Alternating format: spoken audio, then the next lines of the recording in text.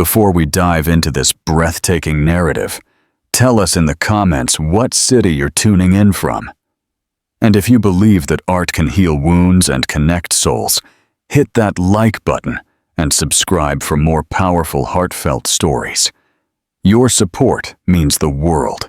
You can't even pronounce the wine correctly, the millionaire sneered amidst hushed chuckles. But the waitress, poised and elegant, responded in perfect French and then offered a toast. The room fell silent, and he, for the first time, was speechless. "Why did you paint his eyes exactly like mine?" The deep voice cut through the gallery air like a dagger. Clara felt time freeze around her.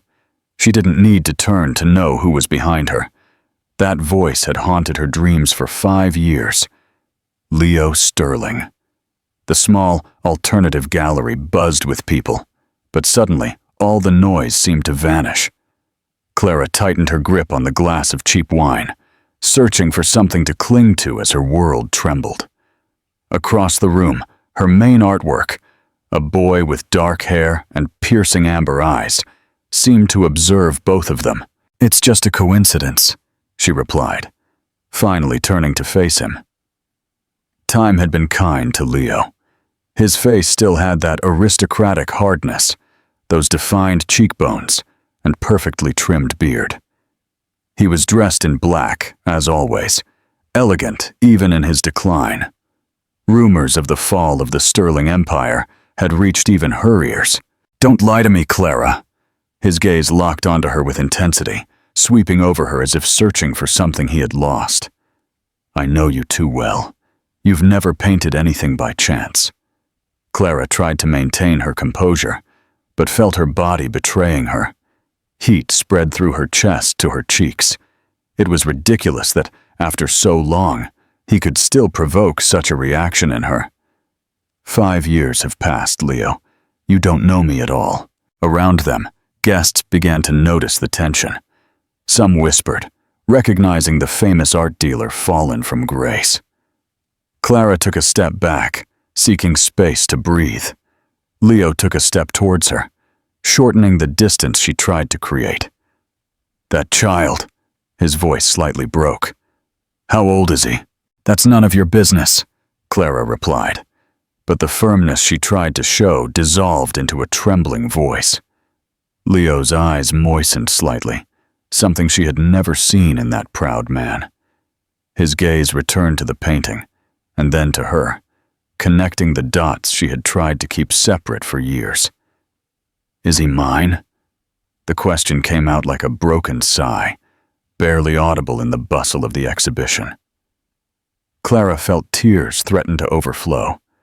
5 years building a life away from him, protecting Matteo, creating a world where Leo Sterling was just a blurred memory. And now, in a single night, everything was about to crumble. Before she could answer, the gallery curator approached, oblivious to the tension between them. "Clara, there are some collectors interested in your main piece. Could you—" "In a moment," she replied automatically, without taking her eyes off Leo. When the woman moved away, Leo leaned towards her. The scent of his perfume, the one that had so often permeated her skin, hit her with a wave of memories. "Yes, that child is mine," she murmured, with a mixture of determination and vulnerability she had never seen in him. "I'm not going to let you run away again." Clara felt the ground move beneath her feet.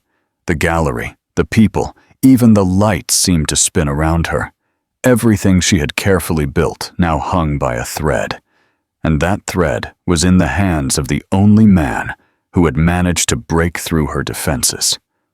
On the wall, the portrait of Matteo seemed to observe her with reproach, with eyes exactly like those of the man now waiting for an answer she was not prepared to give. "Mama, why did that man look at me as if he knew me?" Matteo's question floated in the air of the small studio as his cobalt-stained fingers traced figures on the paper. Clara put her paintbrush in the water jar and watched her son. Rebellious hair, stubborn chin, and those eyes, those cursed eyes that haunted her every morning. "Some people think they know everyone," she replied, dodging the truth as she had done for years. The encounter with Leo at the gallery had left an invisible mark on her skin. 3 days later, she still felt the weight of his gaze, the warmth of his breath when he murmured that threat that sounded strangely like a promise. "Your hands are trembling, Mama," Matteo observed with that intuition only children possess. Clara clenched her fists, trying to contain the tremor. Her treacherous mind dragged her back 5 years. The studio smelled of turpentine and desire. Leo's fingers traced her bare back, stained with crimson, drawing symbols only he understood on her skin. The dim candlelight cast dancing shadows on the walls. "I've never met anyone like you," he whispered against her neck. Clara turned in his arms, facing the intensity of his gaze. There, sprawled on the floor, covered with unfinished canvases, they were just two bodies searching for each other in the darkness. There was no sterling surname, no galleries, no millions. Only them and the trail of paint their bodies left on the canvases. "Could you paint me like this forever?" he murmured, capturing her lips in a hungry kiss. Her hands, always steady when painting, trembled as they traced Leo's bare torso. There was something almost sacred in the way their bodies fit together, as if they had been designed by the same artist. The doorbell brought her abruptly back to the present. Luna, her only true friend from the academy, burst in like a whirlwind of colors and fragrances. "Matteo, where's my favorite painter?" The boy ran off to explore her gift. The two women sat by the window overlooking the park. "I saw him at the exhibition, Clara," Luna said bluntly. "Did he talk to you?" Clara nodded, a knot forming in her throat. "He suspects Matteo. He told me he wouldn't let me run away again." Luna took her hands tightly. "Will you tell him the truth? That he disappeared when you needed him most? The last exhibition, the sudden success, their joint plans, and then silence. Leo had disappeared without explanation, leaving her pregnant and heartbroken." "He doesn't know what he did," Clara murmured. "I never told him." "Because he never gave you the chance," Luna retorted harshly. The primary school buzzed with activity for the spring festival. Clara was helping to hang children's drawings when she felt him before she saw him. That weight in the air, that electricity that only Leo provoked. "He has talent," he said, contemplating a drawing signed by Matteo. "The strokes are confident, fearless. Like yours." Clara turned slowly. "What are you doing here?" "I investigated," he replied with that frankness that always characterized him. It wasn't hard to find them. Several parents watched them curiously. Leo Sterling, even in his decline, was still a recognizable figure. "This is no place for this conversation," she whispered, trying to remain calm. "Every place you are is exactly where I need to be." The intensity of his gaze made her stomach clench. 5 years, and he still had that effect on her. That power to tear down her defenses with a simple phrase. Over the next few weeks, Leo appeared at every school event, every children's exhibition, every place where Matteo was. He never got too close to the child, but his eyes followed him with a mix of fascination and longing that tore Clara apart. The rehearsal for the school play brought them together in the auditorium. Clara, in charge of costumes, was handling fabrics when her foot caught on a cable. Before she could fall, strong arms caught her by the waist. "Always on the edge of the precipice," Leo murmured against her ear. The warmth of his hands penetrated the fabric of her dress. Their bodies recognized each other instantly, as if time had not passed. "Let me go," she asked, without conviction. Leo loosened his grip, but didn't release her. His eyes, so similar to Matteo's, studied her with intensity. "You still feel," he whispered. I see it. Clara tried to pull away, but her body betrayed her. The same magnetism, the same irresistible attraction. Leo slowly leaned in, his lips brushing Clara's cheek in a caress that was both a question and an affirmation. And she, against everything her mind screamed, did not pull away. You know, as I tell you this story, I wonder where you're listening from, my dear. Are you curled up in bed with a hot cup of tea, or perhaps on public transport, stealing minutes from your day to immerse yourself in this story of Clara and Leo? I'd love to know. I truly read every comment you leave, every message, and I always try to reply. It's you who brings these stories to life, who makes these words meaningful. So don't hesitate to tell me what you think so far, what you think will happen between these two. And if you're enjoying Clara and Leo's story, your like means much more than you imagine. It not only helps more people like you find these stories, but it tells me I'm on the right track. Now, let's get back to Clara and Leo. A chapter full of revelations awaits us. The coffee arrived cold in her hands. Clara barely noticed as she scanned the financial newspaper she would normally ignore. The headline confirmed what rumors had whispered. Sterling Empire on the verge of collapse. Investors demand proof of legitimate heir. Eleanor Hayes, the city's most influential gallerist, was quoted directly. Shareholders need stability. Without a proven heir, the board of directors will take full control of the Sterling collections. Clara's heart skipped a beat. Now she understood Leo's sudden appearance, his insistence, his poorly disguised desperation. It wasn't about her or buried feelings. It was about saving what was left of his empire. The doorbell rang past midnight. Luna had taken Matteo to sleep, insisting that Clara needed rest.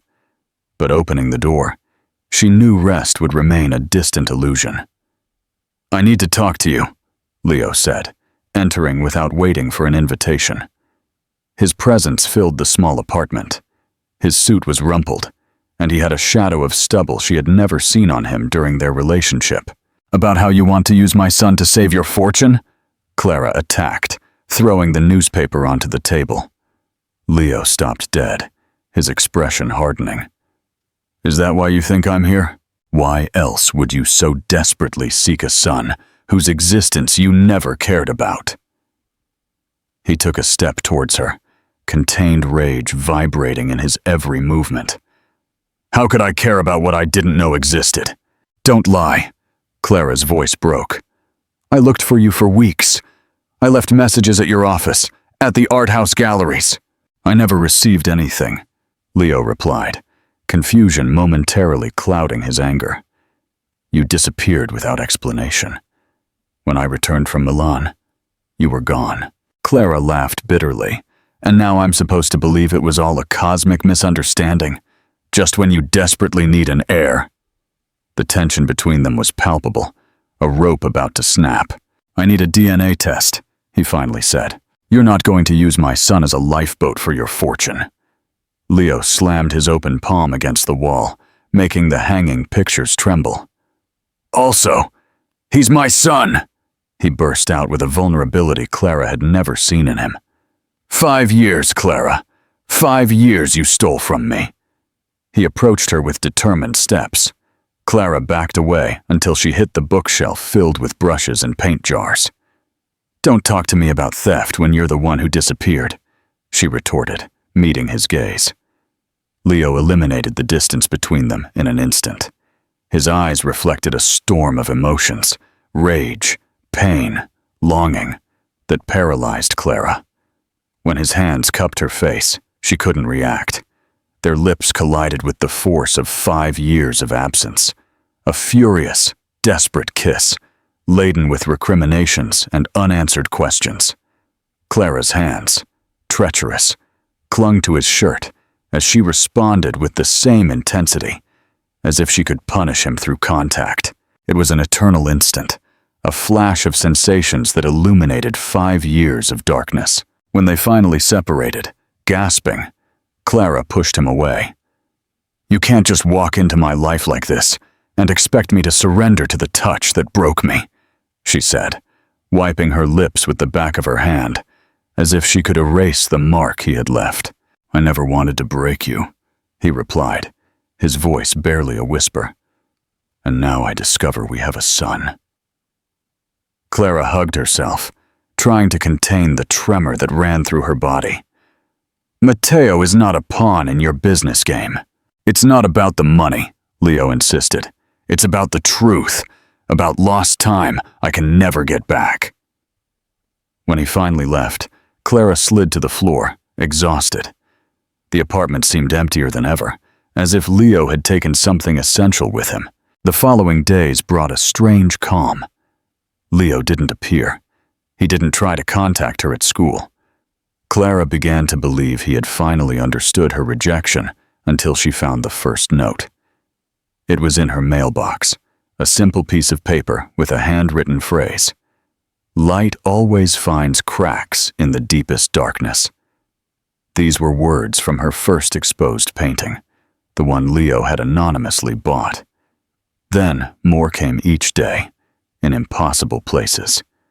Under the apartment door, between the pages of a magazine in the doctor's waiting room, even inside her bag. All phrases from works she had painted years ago when her art began to flourish under Leo's watchful eye. There is no brush capable of erasing what has already been painted. The most vibrant colors are born from the darkest pain. Love is the only stroke that never completely dries. Clara kept every note, unable to discard them, unknowingly building a mosaic of memories she thought were forgotten. On Sunday, while checking her email, she found the proposal any aspiring artist would dream of, an invitation to exhibit at the prestigious Altamira Gallery, the epicenter of contemporary art in the city. The signature at the bottom of the letter made her stomach clench. Eleanor Hayes, the same woman who was pressuring Leo for a legitimate heir. "Mama?" Matteo's voice pulled her from her thoughts. "Yes, darling." The boy rubbed his eyes, half asleep. "I dreamed about the man with hair like mine," he said, with that disconcerting simplicity of childhood. "He told me he was my daddy. Is it true?" Clara froze, feeling the world stop around her. The notes, the proposal, and now this. It was as if Leo had found a way to infiltrate every corner of her life, even her son's dreams. "Why do you think you dreamed it?" she asked, with a trembling voice. Matteo shrugged with that brutal honesty of childhood. "Because his eyes are like mine when I look in the mirror." The old industrial loft retained the essence of the Leo Clara had known. Large windows that captured the afternoon light, shelves full of art books, and that unmistakable scent of turpentine mixed with old wood. However, something had changed. The space that once overflowed with life now seemed like a museum of memories. "I haven't moved anything since you left," Leo confessed as he poured 2 glasses of wine. "I suppose part of me hoped you'd come back." Clara ran her fingers along the edge of an abandoned easel. On it, a half-finished canvas, her sleeping face captured in soft charcoal strokes. "Why did you invite me here?" she asked, trying to maintain her composure. "Neutrality," he replied. "In your apartment, I'm an intruder. In my offices, you'd be on the defensive. Here we were, equals once." They didn't mention Matteo immediately, as if both needed to first rebuild the bridge between them before crossing it. "There are ingredients in the fridge," Leo said, taking off his jacket. "I thought we could cook." An involuntary smile formed on Clara's lips. "Do you even remember how to?" Leo responded with that half-smile she had drawn so many times from memory. "I remember you taught me how to cut onions without crying." It felt strangely natural, as if the years of separation had compressed into a parenthesis. Leo chopped vegetables while Clara prepared the pasta, moving in a synchronized dance around the kitchen. Their hands brushed as they reached for utensils, causing that familiar tingling sensation they both pretended to ignore. "Mateo hates olives," she commented casually as she tasted the sauce. Leo's hand stopped midair. "What else should I know about him?" he asked with a vulnerability that disarmed Clara. "He loves to draw with his fingers, even though he has 1,000 paintbrushes at his disposal. He talks in his sleep. He has your temper when something doesn't go his way." And she hesitated for an instant. "He's been asking about his father since he turned 3. Leo put down the knife and turned to the window, hiding his face. "What have you told him?" "That his father loved us, but had to go far away." The silence that followed was charged with unasked questions, with pending explanations.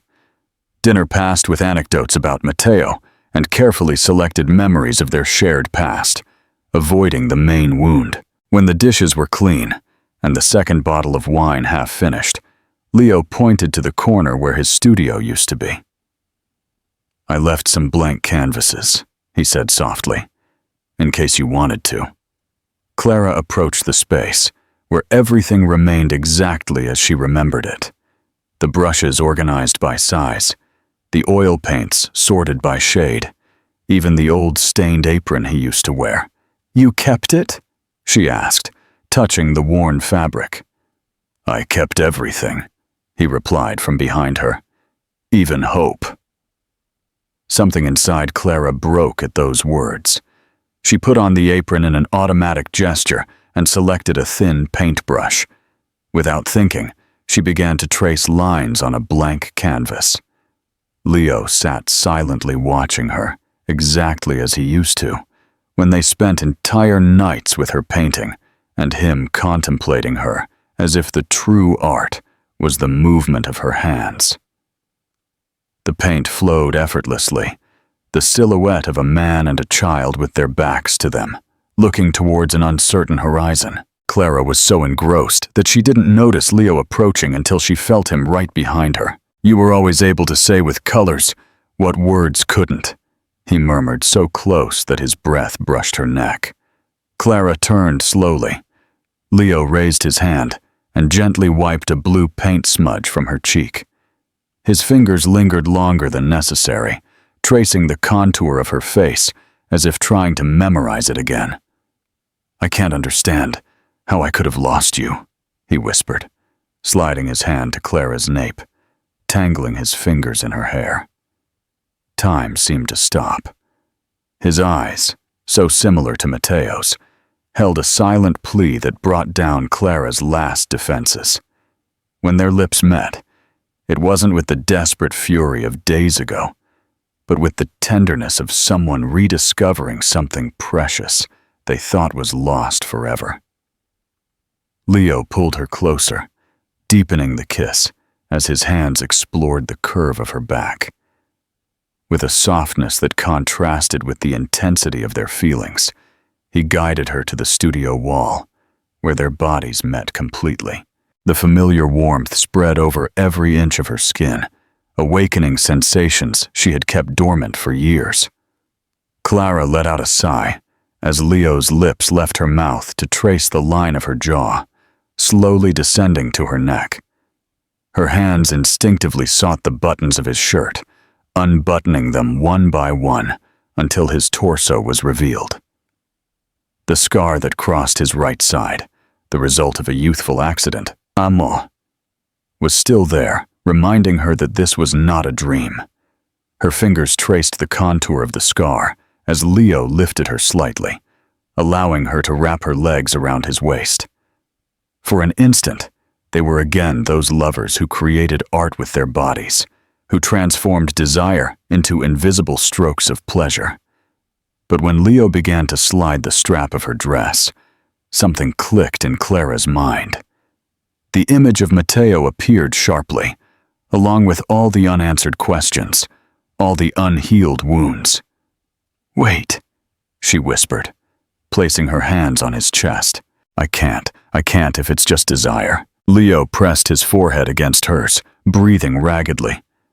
"It's not just desire, Clara," he replied, his voice breaking. "It's saudade for the only real thing I had in my life." The use of that Portuguese word she had taught him years ago, that melancholy for something one had and lost, broke something inside Clara. The tears she had held back for so many years finally found their release. "I'm scared," she confessed. "Scared to trust again. For Matteo to suffer. For all this to be about your empire and not about us." Leo hugged her tightly, as if afraid she might vanish in his arms. "The empire can sink tomorrow," he murmured against her hair. "I only need you. You both."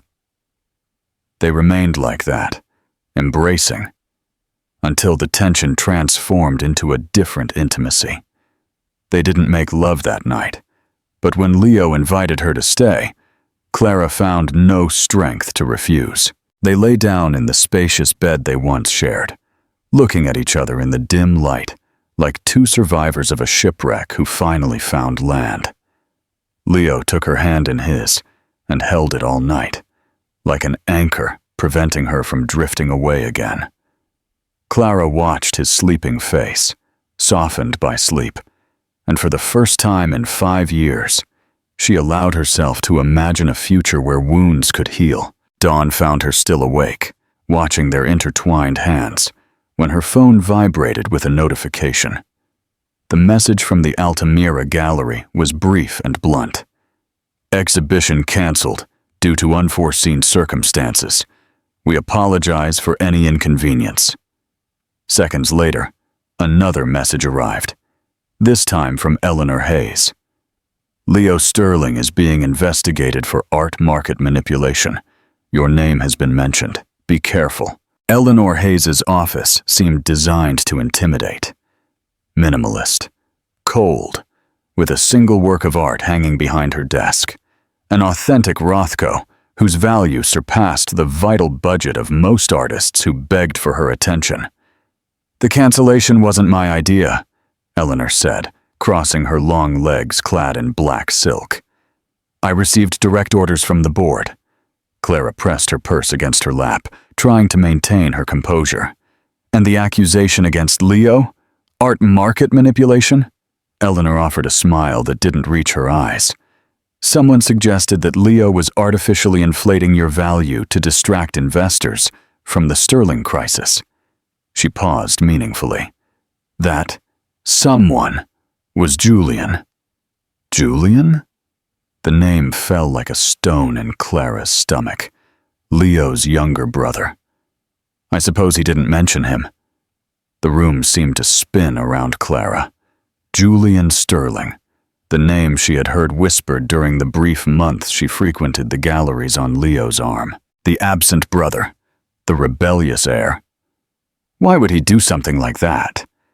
Eleanor stood up with feline movements to pour 2 glasses of mineral water. The Sterling brothers have a complicated relationship, and Julian has always been ruthless when it comes to protecting the family legacy. Leaving the meeting, Clara walked like an automaton through the streets when her phone rang. Luna's voice came through, choppy, muffled by background noise. "Accident at school. Matteo. Hospital." The world stopped. Clara ran, letting panic propel her through traffic, ignoring traffic lights and furious horns. When she reached the emergency entrance, she saw Leo already there, pale and disheveled, arguing heatedly with a nurse. "I'm his father, damn it!" he shouted in a voice Clara had never heard from him, broken by fear. "Clara!" Luna exclaimed, seeing her run towards her. A scaffolding from the school stage collapsed. Matteo was nearby, but he's fine. Just some scratches and a fright. Clara barely registered her words. Her gaze was fixed on Leo, on the pure desperation emanating from every pore of his body. The doors to the treatment room opened. Matteo appeared sitting on a gurney, with a decorative plaster on his forehead, and holding a stuffed animal that some compassionate nurse must have given him. Seeing his mother, he smiled, but it was his reaction when he saw Leo that changed everything. "The man from my dreams," he exclaimed, with that brutal innocence of children. Something primal activated in Leo. Before Clara could react, he had already crossed the distance to the gurney. With a gentleness that contrasted with his previous desperation, he took Matteo in his arms and hugged him tightly to his chest, as if fearing he might vanish. "You're okay, you're okay," he repeated in a broken whisper. Clara watched, paralyzed, as thick tears rolled down Leo's cheeks as he held his son for the first time. Tears from a man who had never cried, not even when he lost his father, not even when the empire began to falter.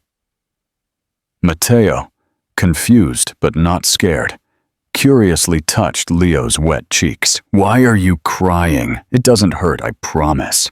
Leo let out a choked laugh. "Sometimes adults cry when they're very, very happy," he replied, looking at Clara over the boy's head with such intensity that she felt an electric current run through her. 2 hours later, with Matteo sleeping peacefully in his room, Clara and Leo faced each other in the small apartment kitchen. "This morning I received a call," Leo said, with a calmness that barely contained the internal storm. "Julian returned to the city 6 days ago, exactly 1 day after I saw you at the gallery." Clara sank into a chair. "Eleanor mentioned he was the one who accused you of manipulation." "That's not the worst of it," Leo interrupted, placing his hands on the table. 5 years ago, when I traveled to Milan, I left Julian in charge of communications. All the calls, the messages. The realization hit Clara like a slap. "He intercepted my messages," she murmured, the pieces finally fitting into place. "You never knew I was pregnant because he never told you." Leo nodded, his jaw clenched with suppressed rage. "There's more. My mother knew about Matteo. Julian told her, but he made her promise to keep it a secret to protect me from the scandal." "Your mother knew?" The betrayal spread like poison through Clara's veins. "She's sick now. Advanced Alzheimer's." Leo's voice broke. "Perhaps that's why she confessed. She no longer distinguishes what secrets to keep." The silence that followed was heavy, like lead laden with years of lost moments that could never be recovered. "I'm going to confront Julian tomorrow," Leo announced with an iron determination. "And after that, if you want, I'll disappear from your lives." Clara looked at him, truly looked at him, as she hadn't in 5 years. She saw the broken but dignified man, the father who had cried while holding his son, the lover who had kept her paint-stained smock as if it were a treasure. "What will happen to your empire?" she asked, though the answer no longer mattered to her. Leo slowly approached until he was centimeters away from her. "If I lose everything, but I have you all, I will have won." It wasn't a passionate kiss like the previous ones. It was an almost shy brush of lips, a silent question, a whispered promise. Clara responded by moving closer, letting her arms find their way around his neck naturally, as if her body remembered exactly where it belonged. They moved in silence to the sofa, where they lay side by side, simply looking at each other in the dim light. They didn't need words or grand promises. Their intertwined hands, synchronized breaths, and unwavering gazes spoke a language older than any tongue. "I want to be there when Matteo wakes up," Leo murmured. "You'll have to answer a lot of questions," Clara warned. "He's terribly curious." A smile illuminated Leo's face. "He's like his mother." The first rays of dawn found them still awake, building in whispers the foundations of something they had thought impossible just hours before. When Matteo appeared in the doorway, rubbing his eyes with his tiny fists, he stopped when he saw Leo. "Did you stay for breakfast?" he asked with that direct simplicity of childhood. Leo looked at Clara for permission before answering. She nodded slightly. "I stayed because we have a lot to talk about," Leo replied, bending down to the boy's height. "Important things about you, about your mom, and about me." Clara watched as her son and his father looked at each other for the first time, with full awareness of who they were to each other. Two pairs of identical eyes, two souls recognizing each other without the need for words. 3 weeks later, the mail brought an elegant envelope addressed to Clara. She opened it while Matteo played in the park under Leo's watchful eye, who had kept his promise to be present every day since that morning. It was an invitation from a new independent gallery, small but respected. The curator specifically requested a piece titled "The Father Born Late," the piece Clara had been secretly painting for the past few weeks. At the end of the letter, a handwritten note. "We hope you will sign with your full name on the work. Your choice, of course." Clara watched Leo lift Matteo into the air, spinning him around as both laughed freely. She picked up a pen, and on the reply form, she wrote clearly and decisively, "Clara Dawson Sterling." The walls of New Strokes, the small gallery, vibrated with the energy of the crowd. It wasn't the kind of opening that attracted prestigious critics or millionaire collectors, but every face present reflected a genuine admiration for what they saw. Clara watched from a corner, a glass of cheap champagne in hand, as attendees paused in front of the series titled "Portraits of a Time Recovered." 6 paintings that told a story without words. A man teaching a child to mix colors. The same man asleep on a sofa with a storybook on his chest. 2 silhouettes, large and small, outlined against a beach sunset. But it was the central piece, "The Father Born Late," that captivated all eyes. A man kneeling in front of a child, both with identical amber eyes, their hands joined on a blank canvas, as if they were about to create something together. The signature in the bottom right corner, clear and decisive. "Clara Dawson Sterling. It's the most honest thing you've ever painted." Leo's voice brushed her ear as his arms wrapped around her waist from behind, a gesture that had become as natural as breathing over the past 2 months. "It's the most honest thing I've ever lived," she replied, leaning slightly against his chest. Matteo darted among the guests, enthusiastically explaining technical details about the paintings he had learned, observing his mother. His vocabulary, surprisingly sophisticated for a 5-year-old, drew smiles and murmurs of admiration. "Have you talked to your lawyer?" Clara asked, turning to face Leo. He nodded, a shadow of weariness briefly crossing his face. "The papers are ready. Joint custody. Exactly as we discussed." Clara gently caressed his cheek, where a nascent beard was beginning to appear. Leo had changed in these months. Perfectly knotted ties had given way to more relaxed shirts, and the burden of maintaining appearances seemed to have dissipated from his shoulders. "And the Sterling building?" she asked, referring to the last bastion of the Sterling Empire that had not yet been sold. Leo took her hand and kissed it softly. "On Monday, I'm signing the sale. I've already spoken with the art school investors. The space will be perfect for them." It was no secret to anyone present that Leo Sterling, the former art magnate, had decided to sell practically everything to start anew. The scandal with Julian had shaken the foundations of the family empire, revealing decades of manipulations and secrets that Leo had preferred to leave behind. And Julian? The question Clara had been avoiding for weeks finally escaped her lips. "In Switzerland, I believe, with enough money to live comfortably, but out of my life.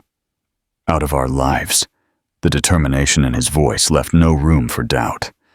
Forgiveness might come someday, but the trust between brothers was irrevocably broken. The gallery curator approached with a young couple interested in acquiring Seconds Before the Kiss, an intimate piece that showed 2 faces about to meet, with an almost palpable tension between them. "I explained to them that this work is not for sale. the curator said with an apologetic smile.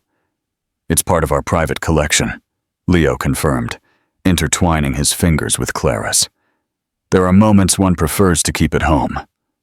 When the last guest left, and Matteo finally succumbed to exhaustion, curled up on a small sofa in the gallery office, Clara and Leo slowly began to dismantle the exhibition.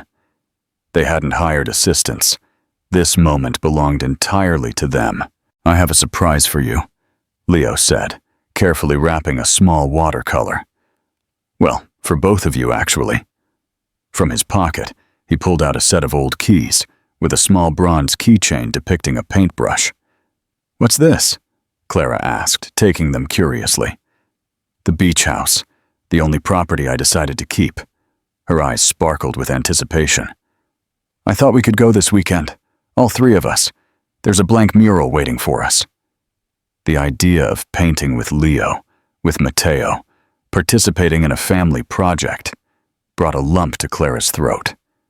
For years, she had dreamed of moments like these, even while convincing herself they would never be possible.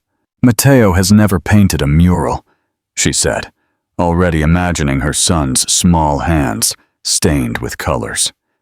Neither have I, Leo confessed. It will be our first six-handed work. The gallery fell silent as Leo lifted a sleeping Matteo into his arms. Clara closed the door behind them, looking one last time at the space that had marked the formal beginning of their new life. In the apartment, after putting Matteo to bed, Leo and Clara found themselves alone in the small studio she had made her sanctuary for years. The dim lights cast dancing shadows on the canvases stacked against the walls. I found this the other day, Leo said, pulling a small sketch from his pocket. You drew it the first night we spent together. Clara recognized the drawing. Two intertwined hands quickly traced on a paper napkin. A moment captured on the fly, unpretentious, pure emotion transformed into lines. I thought you'd lost it, she murmured, taking the fragile paper in her fingers. Leo slowly approached, with that controlled intensity that had always been his hallmark. I never lost anything truly important, he replied, shortening the distance between them. It just took me time to realize it. Clara placed the sketch on the table and looked up at him. With quiet resolve, she rose on tiptoe and gently kissed his lips. A kiss that tasted of fulfilled promises and a shared future. Leo responded, deepening the contact, his hands finding their way to her waist with equal familiarity and reverence. He lifted her effortlessly, drawing a soft laugh from her that echoed in the silence of the studio. You are my favorite canvas now, he whispered against her neck. It wasn't like that first time, years ago, with the urgency of youth and the uncertainty of tomorrow. This time, each caress was a recognition, each sigh an affirmation. They made love slowly, rediscovering contours that had changed with time, but that remained home for both of them. Their bodies found that rhythm they had never truly forgotten, that perfect dance they had interrupted, but never concluded. When their breaths finally calmed and silence enveloped them once more, they remained intertwined, like the two hands in that first sketch. Do you think one chooses who the love of their life will be? Clara asked, tracing with her fingers the scar on Leo's side. He took a moment before responding, his fingers idly playing with a strand of Clara's hair. I believe true love isn't chosen, it's recognized. His voice was barely a murmur in the dim light. Like the artist who instinctively knows what color he needs, even before he sees it. The morning found them preparing for the trip to the beach house. Matteo, enthusiastic about the idea of creating a family mural, had already drawn several sketches of what he wanted to paint. Leo studied them with the same seriousness with which he had once evaluated works by consecrated masters. He has your vision and my technique, he commented, genuinely impressed by his son's innate talent. A formidable combination. Clara watched the scene from the kitchen, this new reality that seemed both a miracle and the most natural thing in the world. The path to here had been full of pain, misunderstandings, and lost time. But every obstacle, every tear, had led them precisely to this moment. "What are you thinking about?" Leo asked, hugging her from behind as she finished preparing coffee. Clara turned in his arms, losing herself for a moment in those amber eyes she now saw duplicated in her son's face. "That life imitates art sometimes," she replied. Layers and layers that seem like mistakes until they finally reveal the complete picture. Leo smiled. That smile that made tiny wrinkles appear at the corners of his eyes. The smile she had captured in dozens of sketches, kept over the years. "And that sometimes," he added, leaning in to kiss her gently, "the canvas we thought was ruined turns out to be our masterpiece." Matteo burst into the kitchen, brandishing a new drawing where 3 figures, 2 large and 1 small, held paintbrushes in front of a huge canvas. "I know what we're going to paint," he exclaimed enthusiastically. "Us painting together." When Clara and Leo exchanged a knowing glance, recognizing the perfect recursiveness of the idea, the infinite potential of that us that was just beginning to unfold. A young woman with long, light blonde hair, styled in soft waves, holding a small child in her arms. The woman has fair skin, bright eyes, and delicate facial features. The baby has soft hair and big round eyes, looking calm and secure. The woman wears a stylish outfit and looks caring and protective. The background is softly lit, creating a warm, emotional atmosphere. As they packed suitcases and loaded the car with canvases, brushes, and paint cans, Clara thought about all the paintings she had created throughout her life. Some had hung in prestigious galleries, others remained hidden in folders no one else had seen. But none compared to the one they were creating now, not with oils or acrylics, but with daily decisions, with complicit glances, with hands meeting in the dark. The final, definitive layer was precisely this, the shared life they finally dared to paint together. "Art imitates life," she murmured to herself as she watched Leo and Matteo animatedly discuss which colors to bring. But love is the only stroke that never fades.